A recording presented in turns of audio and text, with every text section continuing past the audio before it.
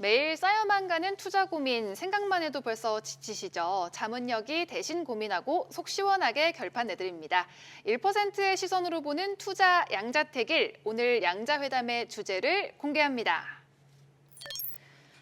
쌓이는 배당주 대 뛰는 성장주. 투자에서 가장 중요한 건 사실 수익률일 텐데요.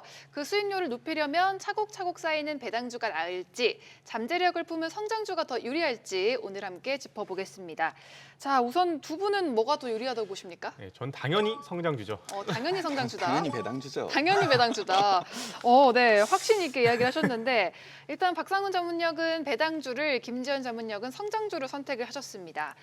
요즘 찬바람이 많이 불고 있잖아요. 네, 찬바람 불 때는 배당주라는 말이 있죠. 근데 왜 이런 말이 나오게 된 건가요? 네, 뭐 주식시장에도 이제 성수기가 또 있습니다. 네. 이제 겨울하면 이제 대표적으로 이제 난방 관련주죠. 이제 석유나 그렇죠. 가스 네. 그리고 뭐 호빵이나 어묵 같은 이제 소비재도 이제 겨울철 이제 대표적인 수혜주일 만큼 네. 수익성이 높아지는 시기가 기업별로 좀 존재를 합니다. 그런데 배당주는 이제 11월부터 12월까지 성수기가 좀 들어갑니다. 네. 전통적으로 이제 11월 글로벌 시장은 굉장히 좀 강세가 나오는 달임에도 불구하고 AI 버블론 때문에 이제 오히려 좀 하락이 좀 나타났던 부분들이 있거든요. 그래서 네. 11월에 이제 온전히 상승을 좀 누리지 못했기 때문에 이 부분이 이제 12월로 좀 이월이 됩니다. 그리고 안전한 현금 흐름과 이제 낮은 변동성을 원하는 투자 심리가 이제 배당주를 좀 돋보이게 만드는 이런 요소가 되지 않을까 생각합니다. 네, 배당주의 성수기. 네, 맞습니다. 찬바람이 불 때, 즉 이 시장이 불안하고 이 경기도나 우려가 좀 커질 때에는 이 확정적인 수익을 주는 이 배당주가 상대적으로 좀 안전하다, 좀 의미가 좀 됩니다. 네. 주가가 흔들려도 이 배당이라는 확정 수익이 있기 때문에 투자자들이 겨울철처럼 좀 불확실할 때는 당연히 좀 더 선호하는 건 맞다라고 보고 있습니다. 네. 자, 근데 배당주는 배당만 주면 다 배당주인 건가요? 뭐 사실 배당을 예금 이자보다 적게 주면 좀 매력이 떨어지잖아요. 그렇죠. 네. 다들 어느 정도로 좀 배당을 해주나요? 일단 뭐 배당주를 먼저 얘기하면은 그 매년 꾸준하게 이 부분이 중요하거든요. 네. 꾸준하게 이제 그 현금을 좀 지급해주는 부분을 우리가 배당주라고서 얘기를 하는데 네. 일반적인 성장주나 뭐 기술주도 이익이 좀 갑작스럽게 늘어나면은 이제 배당을 좀 주기도 합니다. 그렇지만은 이제 보통은 이제 배당보다는 이제 R&D나 M&A를 통해서 이제 재투자를 하기 때문에 성장주들은 배당이 그렇게 흔한 편은 아닙니다. 네. 한국 시장 기준으로 원금 대비해서 이제 3%대라면 예금 저축 대비해서 이제 매력적이다 이렇게 좀 판단을 하고 있고요. 네. KRX 고배당 지수에 구성되는 대부분의 기업들이 이제 4에서 6%대 구간이 가장 많고요.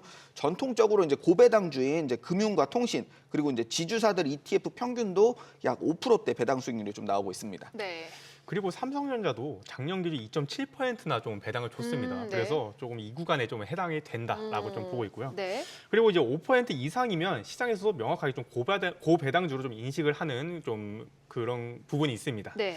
보통 이제 금융주가 좀 속하는데 대표적으로 우리금융 지주가 6%, 7% 내외로 좀 배당을 주는 대표적인 좀 기업이다라고 보시면 네. 되겠습니다. 네, 문제는 이제 그 배당을 받느냐가 아니라 얼마나 많이 받느냐, 얼마나 그렇죠. 적게 받느냐, 맞습니다. 네, 이 문제인데 네. 고배당주 그리고 실제 투자자들이 체감하는 배당 수익률은 약 7% 이상대로 오. 요즘에는 이제 초고배당주 이렇게 또 불리더라고요. 네. 네, 그래서 금호석유, 이제 롯데케미칼, 뭐 현대해상 그리고 포스코홀딩스, 뭐 금융과 에너지 쪽에서 이제 초고배당주로 좀 별도 취급을 좀 받고 있는데 네. 매년 또 동일하진 않으니까 참고만 좀 해주시고요. 네. 24년도 보도된 내용 중에서 연말 배당 수익이 3% 이상인 기업들이 139개라고 좀 그 보도가 있었습니다. 네. 이 정도만 되더라도 우리가 이제 선별해야 되는 이제 종목들이 좀 압축되지 않을까 이렇게 좀 생각을 하고 있습니다. 네, 그렇습니다. 일단 올해가 얼마 남지 않았기 때문에 좀 투자를 하려면 더 효율적인 타이밍이 있는지 또 언제부터 좀 들고 있어야 되는지 궁금한데요. 네. 일단은 뭐 배당을 받으려면 주주명부 폐쇄되는 12월 30일까지죠. 네. 이때까지만 이제 들고 있으면 됩니다. 그래서 그날 사서 잠깐 두시고 배당을 또 받으셔도 되는데 네. 그렇게 되면 이제 주가가 좀 많이 올라가 있는 상태이기 때문에 오히려 지금부터 뭐 11월부터 우리가 준비를 했어야 되는데 뭐 지금도 늦지 않으셨으니까 네. 배당을 공략해 보시기 바라겠습니다. 알겠습니다. 자, 그렇다면 배당주 대 성장주, 성장주 대 배당주 이야기를 본격적으로 한번 나눠볼까 하는데요. 자, 일단 당연히 성장주죠라고 이야기를 해주셨어요. 네, 그렇죠.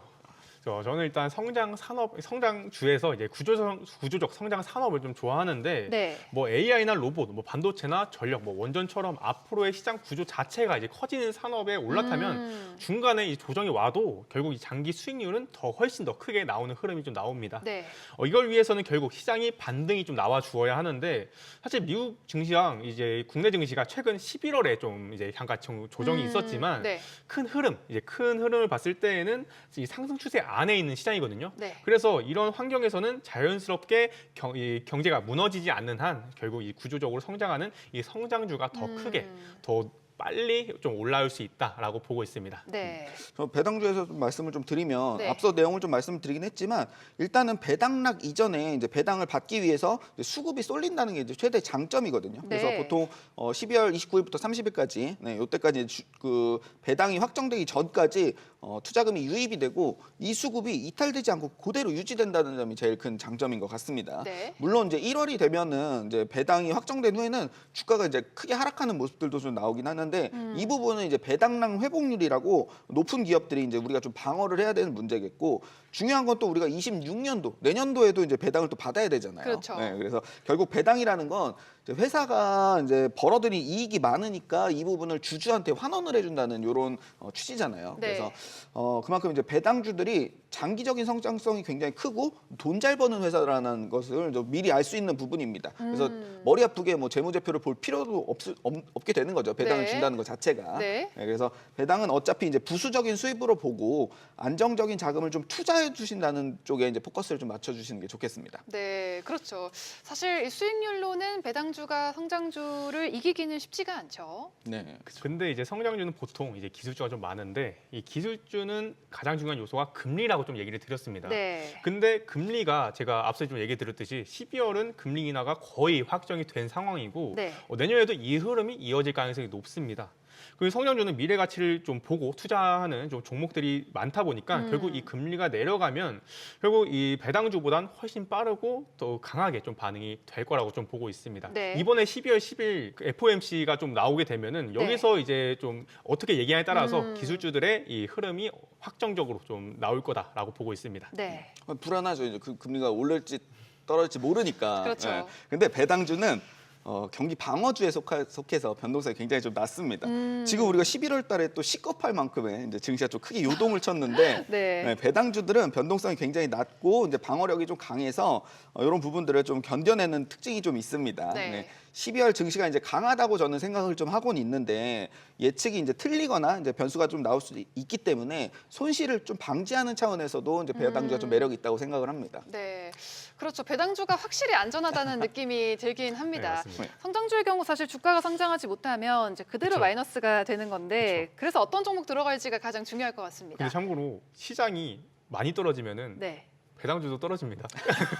같이 떨어져요, 보통. 맞는 얘기죠. 네. 근데 이제 조금 이제 방어가 된다라는 네. 거죠. 그렇죠. 안심할 수는 네, 없지만 맞습니다. 그런 부분이 있다. 네, 근데 저는 이제 시장이 계속 좀 조정장이라면 저도 네. 당연히 시장 방어주를 조금 더 비중을 늘려야 한다라고 보고 있지만 저는 이제 수익이 좀 확정적으로 나오는 게 그러니까 그게 맞다고 보지만 네.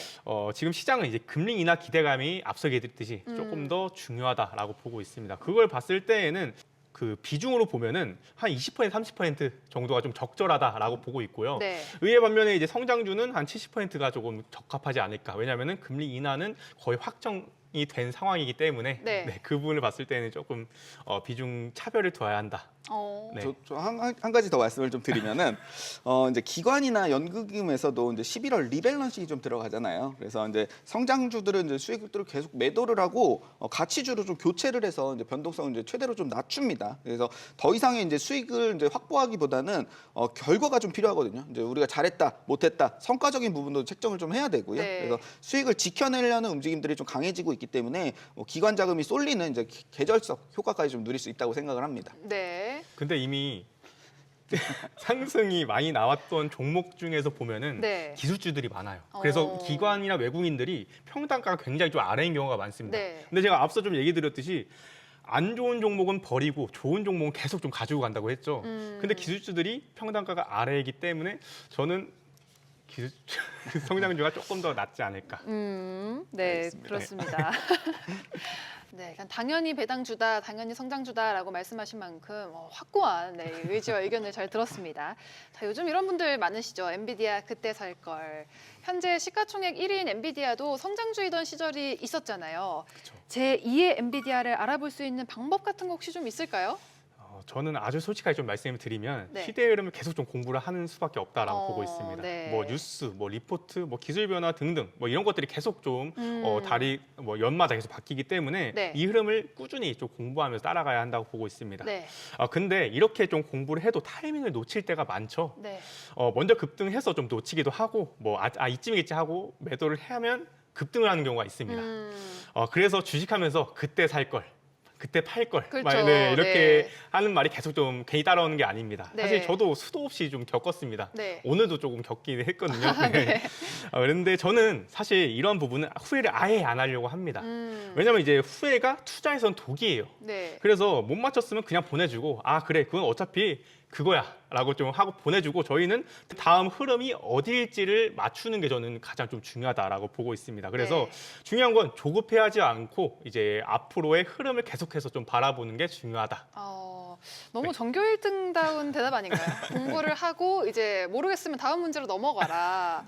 네, 좀 다른 방법 있습니까? 뭐 일단은 뭐 폭등할 종목을 빨리 찾아라 이런 말씀이신 것 같습니다. 오, 네. 뭐 정답이 있을 수는 없는 문제인데요. 그렇죠. 그래도 꼬집어 보자면 네. 뭐 기본적으로 최초 그러니까 처음 시작하는 그 기술들이야말로 이제 폭발적인 성장이 좀 되는 게 아닌가 이렇게 좀 생각을 합니다. 네. 이제 미국의 이제 아이온큐나 이제 디웨이브 퀀텀 그리고 리게티 같은 경우에는 거의 뭐 2,700% 이상 올라갔고요. 네. 양자 컴퓨터라는 이제 신기술이 이제 개발이 되면서 이슈가 좀 붙었었죠. 그리고 넷플릭스도 거의 OTT의 시초로서 6,000% 이상 폭등을 좀 했고요. 뭐 HBM이나 뭐 GPU 그리고 완전 자율주행 뭐 매력적인 기술들이긴 하지만 이렇게 업그레이드 있는 기술들은 시장에서 새롭게 느껴지지 않고 있습니다. 그래서 네. 완전히 최초로 부각되는 기술들이 오히려 좀 수익을 좀 만들어낼 수 있다고 생각을 하고요. 네. 예를 들어서 뭐 휴머노이드가 상용화를 제일 먼저 시키는 기업, 그리고 뭐 드론 택시나 이런 부분들이 상용화가 되면은 소위 말하는 우리가 대박을 좀 노릴 수 있지 않을까 이렇게 생각을 하고 있습니다. 상용화도 눈여겨보고. 네. 네. 자, 사실 뭐 배당주의 경우도 7%씩 높은 배당주를 받았는데 주가가 와르르 내려가면은 결국 사실 의미가 좀 크게 떨어지는 거잖아요. 네. 좋은 배당주를 고르는 방법도 좀 생각을 해보셨습니까? 배당 수익률이 이제 3%에서 6%대로 적당히 좀 높아야 됩니다. 그래서 뭐 7%에서 10% 이상은 이제 초고배당주로 좀 일시적인 경우가 굉장히 좀 많고요. 네. 배당락 이후에 주가가 또 크게 흔들릴 수가 있어서 배당금이 이제 이익을 좀 해칠 우려들도 좀 있죠. 그리고 네. 배당 성향도 굉장히 좀 중요한데요. 총 책정된 배당금의 이제 30%에서 50% 정도 수준이 건강하다고 좀 보고 있습니다. 네. 마지막으로 이제 매년 배당을 좀 유지를 한다거나 3년 연속 배당 아니면 5년 이상 배당을 유지하는 꾸준한 기업들이 이제 배당락 회복률도 높아서 추후에 이제 주가가 하락한다 하더라도 이제 회복 속도가 좀 빠르다는 장점도 있습니다. 네. 네, 맞습니다. 이 배당주는 기본적으로 이제 회사가 돈을 정말 잘 벌어야 됩니다. 이익이 안정적으로 나와야 이제 그걸 주주에게 좀 환원을 할 수가 있거든요. 네. 그래서 뭐 금융주가 대표적인 이유도 바로 이겁니다. 매년 이제 꾸준하게 이익이 계속 쌓이다 보니까 그걸 이제 배당으로 줄 수가 있는 겁니다. 네. 그런데 요즘 이제 금융주 말고도 돈은 잘 버는데 주주환원 정책을 강화하는 기업들이 계속해서 좀 늘어나고 있는 흐름입니다. 국내 정책이 이제 주주환원을 외치고 있다 보니까 이에 따라서 배당도 늘리고 그리고 자사주도 이제 사들이고 소위 말하는 이제 주주 친화적인 기업들이 지금 계속해서 좀 생기고 있는 상황이죠. 네. 결국 이 좋은 배당주를 고르는 방법은 아주 좀 단순합니다. 돈 잘 벌고 그리고 그걸 주주에게 돌려주는 의지가 보이는 회사. 그게 금융주가 아니라 다른 회사도 괜찮습니다. 그래서 이 두 가지가 동시에 보이면 저는 주가도 좀 덜 빠지고 그리고 배당의 의미도 좀 살아난다라고 보시면 되겠습니다. 그럼 배당주라고 하더라도 대량주만 살펴볼 것이 아니라 그러면서 좀 봐야겠군요. 네. 네. 제가 얘기 드렸던 시선 고정주가 그거에 좀 속합니다. 네, 궁금합니다. 네. 자, 배당주와 성장주 사이에서 어디에 투자를 해야 할까 고민하셨던 분들, 오늘 두 자문역의 분석이 조금이나마 방향을 잡는 데 도움이 되셨기를 바랍니다. 자문역에게 내가 가진 종목부터 관심 있는 종목까지 더 자세한 분석이 듣고 싶으시다면 투자앵글 4글자를 카톡 채널 검색 후 친구 추가해주세요. 오늘 공개한 시선 고정주도 지금 공개 중이니까요. 빨리 들어오셔서 확인하시길 바랍니다. 모든 투자의 최종 판단은 투자자의 몫입니다. 현명하게 투자하시길 바랍니다.